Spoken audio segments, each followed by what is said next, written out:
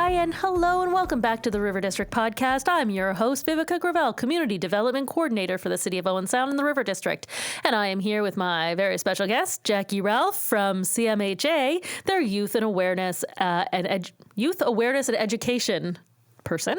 Yes. Supervisor, I think, is the title. Jack of all trades. Yes. What else do you do? I don't know. Events facilitator, public speaker, just about anything you can get your hands on, I think. I'm allowed to show up where there's people, and I love that so much. Well, it's so you. It's so you. You are definitely a people person, and that's why we are having you back on season 2. Not a lot of people get to duplicate their shows, and by not a lot of people, I mean nobody except for Jackie Ralph from CMHA. So, Jackie, hi, welcome. Thank you for having me. Your title's really cool too. Like, that's a pretty cool title. Community Development Coordinator. Yes. It's cool when I say it really fast. Community Development Coordinator for the City of Owen Sound. Yes, it is. Well, and I get to do things with people too. Right? It's the same thing. Yeah. So welcome back. And I mean, if you listened to the last episode that we did together, we could easily have gone on for, I don't know, 3 hours chit-chatting back and forth about all the wonderful things that CMHA does for the community, not just Owen Sound, but all of, kind of Grey Bruce and your service area. And we can talk about that, your service area a little bit as well. But Jackie, just, how are you?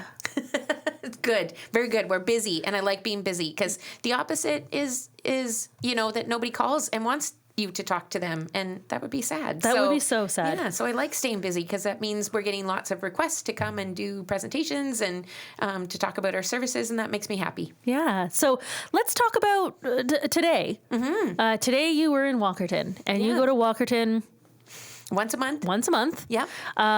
So tell me, what were you down there doing? So youth awareness and education has 2 pieces. The youth awareness part is programs in the schools. So we have a 10-visit program that goes into schools on a monthly basis, and we do about 10 is our happy place, but we're about 14 schools a month right now, so it's kind of hard to jiggle around. Yeah. And the idea is we get to talk about everything. So the puppets talk about everything from self-esteem, dealing with anger, dealing with change, dealing with feelings.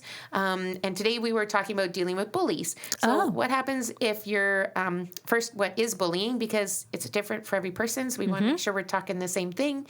And what do you do if it's affected towards you? And so how do we respond? Because that's the power that we have. We can't change the bully. We can never make that person different, but we have power over what we do.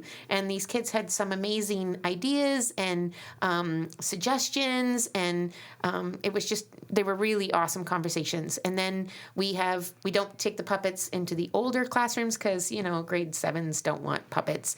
And, too cool for puppets. I know. And then they get to be 20, and they're like, bring back the puppets. Bring back the puppets. Puppets are cool. Yeah. And so today, and we love that. The one student said, "Hey, we're making puppets." And I'm like, so I'm like, what, you're going to put me out of a job? Like, no, thank you. Just more puppets for the community of puppets. Right?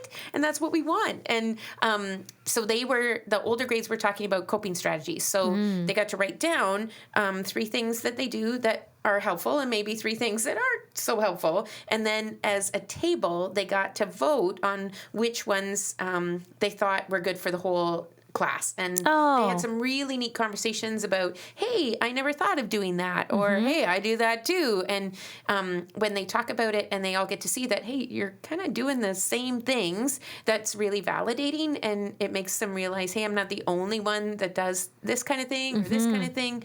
So they had some really great conversations. So that's just what we do Monday to Thursday, and then Friday we get chances to do some fun things, like we're going up to OSDSS, and we're doing our Kids Help Phone Blitz. Oh, cool. And a Kids Help Phone Blitz is you get to go in with those raffle tickets, and you get to ask students about the Kids Help Phone questions, and every answer gets a ticket.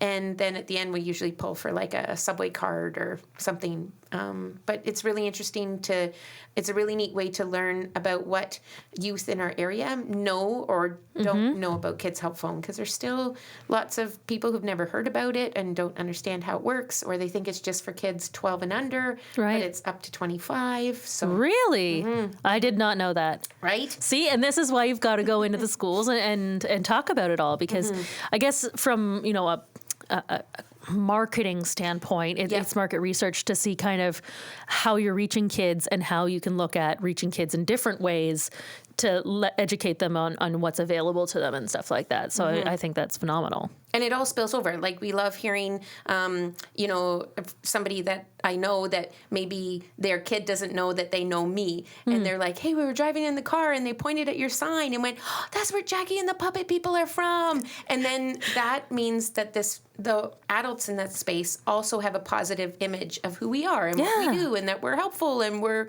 fun and we're nice to talk to. And that's actually what we want.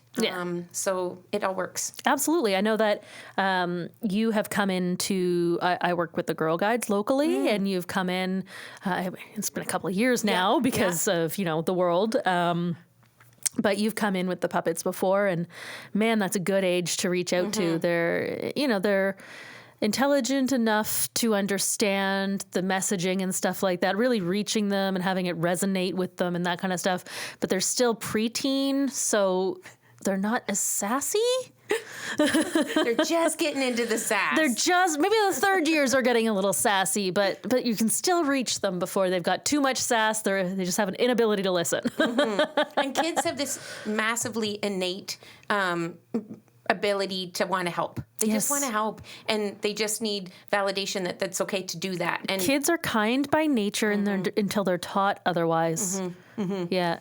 No, I fully agree with you there. That's incredible, and I'm so glad that you're doing the work that you do in the community. By going out to these community groups and schools and all of that kind of stuff, because it's so important that we put mental health on the forefront of everything. And not that long ago, and I think we talked about this in last season, everybody hid from any sort of mental health. Mental health did not exist. If you were suffering from any sort of mental health issues or anything like that, you were sent away, or you were swept under the rug, or like many families, you just could not talk about it. It was the family secrets. And it's just not what it is anymore. And every year it gets a little bit more out there. And I just hear these kids who are like, oh yeah, I suffer with anxiety and this and that. And it's, not that big of a deal because people suffer from anxiety. We have these unreasonable expectations put on us throughout the world and all that kind of stuff. And sometimes it's a chemical thing or whatever, but they just talk about it now. Yeah. I can imagine your Girl Guides group, maybe having one of the kids going, hey, Mrs. V, I won't be here at the next time because I see my counselor that week. We're at a place now where kids can say those things where before they would just say, oh, I'm not going to be here next week and I can't tell you why. It was a big secret. Now it's not. It's like, oh, cool. Well, I had my counseling session on Monday, so that's really awesome. No big deal. Yeah, whatevs. Yeah, it's out there now, and it's so just open and accepted. And then you find out, just about everybody I know is dealing with some sort of, mental health issues of some sort, whether it be medical or, trauma-based or any of those kinds of things. And it's just kind of like, oh, you don't? Yeah. Because we're all going to be in situational times, right? Where there's things that I didn't ask for, that I had no control over, that were added to my life or taken away. We're all going to experience that. Absolutely. And then biology of the brain, all of us have 100 billion parts of our brain, and nobody's brain works perfectly. No. And so all of us are going to have something that we need help with. It's just the way it goes. And so biology of the brain is like when my high beam stopped working and my dad tried to find the short and he couldn't find it. So he created a new wire onto the top of my dashboard and put a kitchen light switch so I could turn my high beams on and off. Well, that's biology of the brain. When we go to talk to somebody, they help us create a new pathway. Yeah. And it's like, oh, I can do that by myself. it wasn't doing it before, but now it is. Yeah, well, and like neurodivergence has really come to, the forefront of everything as well. And while it does take part in mental health and all of those kinds of things, it's just learning that exact thing is that everybody's brain works so differently. And it turns out there's very, very few people with a normal brain. So, there's so many people who are on, neurodivergent, whether that be anything from, autism to ADD or ADHD, and there's so many spectrums of everything, and it all just kind of bleeds together. And now you're finding, well, I have it, they have it, this person has it, and we all just, that's it. So aren't we really the normal ones? Yes. Well, normal is a setting on my washing machine, and I only use it 1 out of 8 loads. I know. Sometimes I'm delicate, and sometimes I'm knits. And sometimes I'm bulky. It just is. Heavy load. Exactly. So again, it's so nice to have all this mental health stuff available, because dealing with any of those kinds of things, biological and all that kind of stuff, is hard. It's really hard, and it really starts to uncover, in those kind of pre-teeny type years. Because if it's there, that's when it's going to bubble up. Because our 15 to 25, hormones. We like to think that we're an adult by 18, but we're only physically an adult by 18. Our brain doesn't become 100% adult until we're 25. Yeah. That's why the Kids Help Phone is up to that age. That's great. And so if it is present, that's when it's going to surface, because our brain is doing all its work then. Which is, it's great, because that big shift for a lot of people when they go to college, that's a moment in time where you see people deal, like, where, bipolar disorder and all those kinds of things kind of rear their heads. And there's biological reasons, and I'm not a doctor or anything like that, but, big changes can cause the flare-ups of some of these kinds of things. So that's good. They say 75% of those that live with a diagnosed mental illness said absolutely that 15 to 25 is when my symptoms kind of appeared. And then 50% say, forget that. My signs were there in kindergarten. I just didn't know it. Yes. Yeah. And I just find that there's like a lot of teachers now and stuff like that who are being taught a little bit differently to identify and all that kind of stuff. And then, of course, there's you guys. Yeah. Yeah. And I love that we work so well with the city. Like even in the summers when we have the movies out in the at the market, and we can come along, there's Canadian Mental Health also there at that same event, and we get to hand out things to the kids. This past summer, we handed out little boxes of Smarties, and we gave them an activity and said, hey, for each Smartie that's in your box that's purple, let's talk about a thing that scares you. And for each one that's green, let's talk about something that makes you want to throw up. And then the cool thing about Smarties isn't just the colors of the Smarties themselves, but at the end of the box is the Kids Help Phone. Fun. So it's a win-win. Genius. And who doesn't want a box of Smarties? It's true. Did you bring me a box of Smarties? No. Rude. Sorry, I know. Rude. I wasn't thinking that through. Viveca would always like a box of Smarties. Always. Just about always. Note to self, any listeners. Okay. Okay, so before we came on air, we were talking a little bit about the college thing. We made references to a movie and all that kind of stuff with Justin Long called Accepted, where he basically invents a college because he wasn't accepted anywhere else. And I've seen the movie. I'm not entirely sure if anybody else has, but you should look it up. It's a cute movie, and I really like Justin Long. I think he's adorable. So, Jackie, why don't you tell us a little bit about that? So, new to CMHA is something called Recovery College. It's not new in the world. It's been around, but it's new to our branch. And what happens is you have people with lived experience, and they're like, you know what? Over the course of my diagnosis, in the course of learning more about me, I've become really good at this thing. And so I would like to share all that I've learned with other people. And so that's what Recovery College is all about. It's peers teaching peers.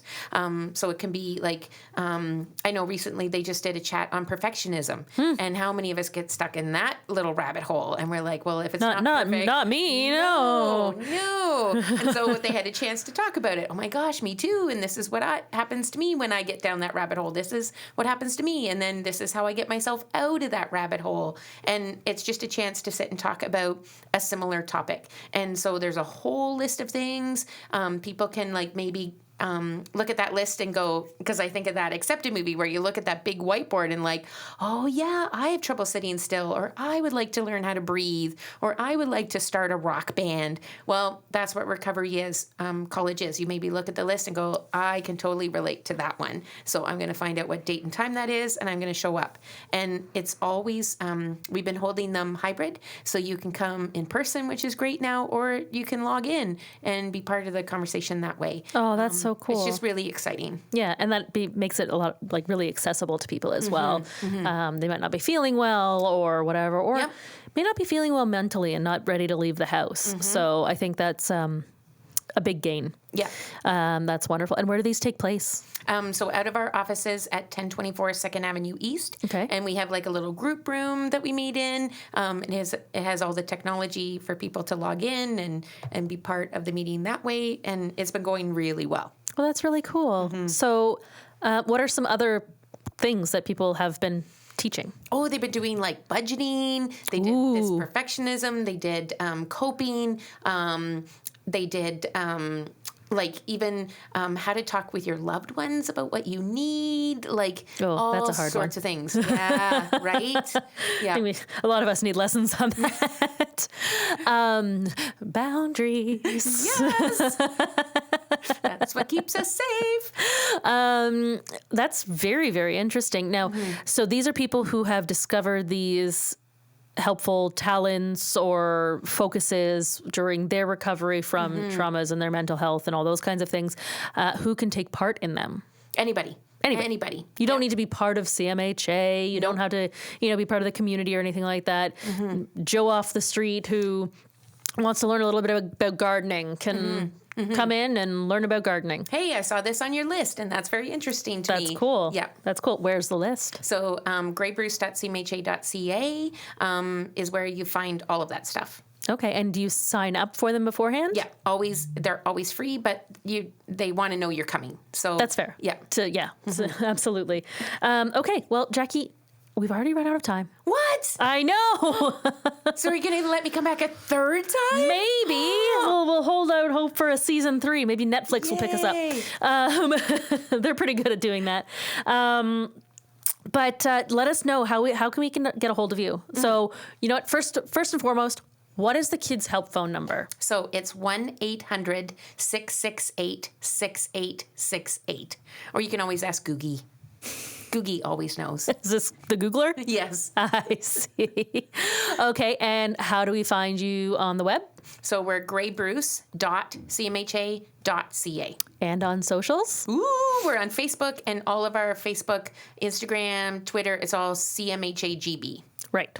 CMHA Grey Bruce, right? I love it. Awesome. And then, of course, you've got Fresh Roots Cafe, which is there as well. Oh, so good. And they're doing all sorts of stuff. Look for their pop-up shops. They've been doing a couple of dinners and things like that. I hope those keep happening. Those are really cool. Got some pretty mean dinners there for a really fair price. Yep, we try and keep it all reasonable and accessible. And hey, if we're a little light on the change in our pockets, we always have the pay it forward board where you can come in and say, God, I could really use a coffee today. We'll just take it off the board and hand it, to Olivia or whoever's at the counter. It's open 6 days a week, 7:30 till 2. That's amazing. Thank you so much for coming in again. And, oh, man, we got to have a longer session. Yes. All right. Thanks so much. And again, I'm your host, Viveca Gravel, Community Development Coordinator for the City of Owen Sound. You can reach us on our socials at River District OS, and of course on our website at owensoundriverdistrict.ca. Thanks so much, and we'll see you again soon.